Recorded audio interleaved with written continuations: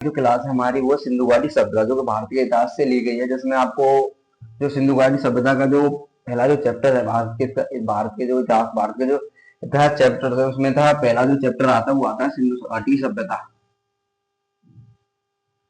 जैसे जैसे हम हड़प्पा सभ्यता भी कह सकते हैं, तो इसकी जो वो है समय अवधि बता कह सकते हैं 2500 ईस्वी पूर्व से 1750 ईस्वी पूर्व तक। तो इसमें जो मोस्ट इम्पोर्टेंट है पूरा कह सकते हैं, पूरा क्लियर हो जाएगा इसमें जो हड़प्पा सभ्यता है, हड़प्पा सभ्यता या सिंधु घाटी सभ्यता जो है इसी में क्लियर हो जाएगा। जो नोटिस समझ के देख लेना।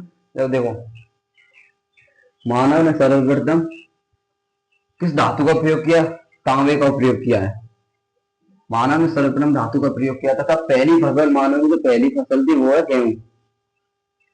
तो नवपाषाण काल में जो आग का प्रयोग किया गया है,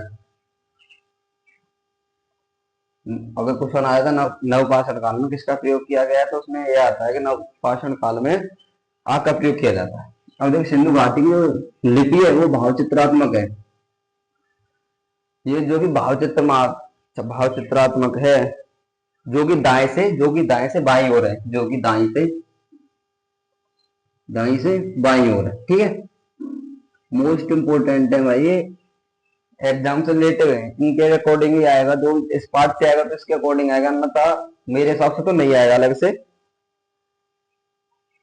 हाँ, मेरे हिसाब देखो, सैंधव समाज मार्ग सत्तात्मक समाज था। आ जाए क्वेश्चन, आ जाए सैंधव समाज कैसा समाज था? वो मार्ग सत्तात्मक समाज था। यहाँ कुंडवाला संड पूजनीय था। कुबड़वाला जिसमें जो पूजनीय वो पशु था, कुबड़वाला सांड था। एंड आगे चलो, अब इसमें आपको हम देखो,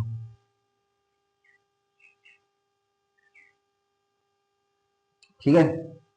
अब देखो, इसमें प्रमुख स्थल है, कौन कौन सी जगह इसमें जिनकी जो खोज की है उन्होंने वो ये है, किस वर्ष की है, उनके पास में जो नदी है वो इस नदी के नाम है, जो खोज करने में जो मिली है वो चीज वो ये है।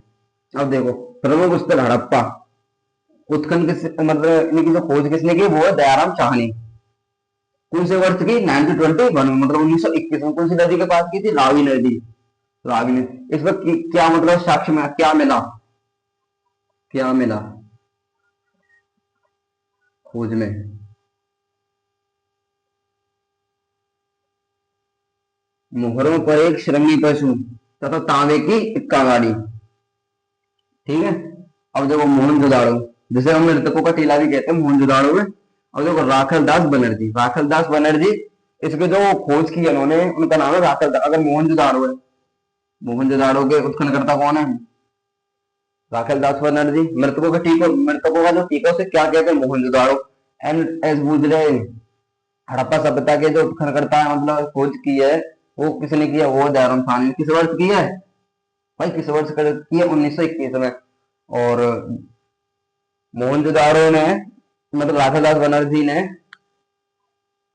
प्रमुख स्थल है मोहनजोदाड़ो। किस वर्ष की है? 1922 में। नदी कौन सी है?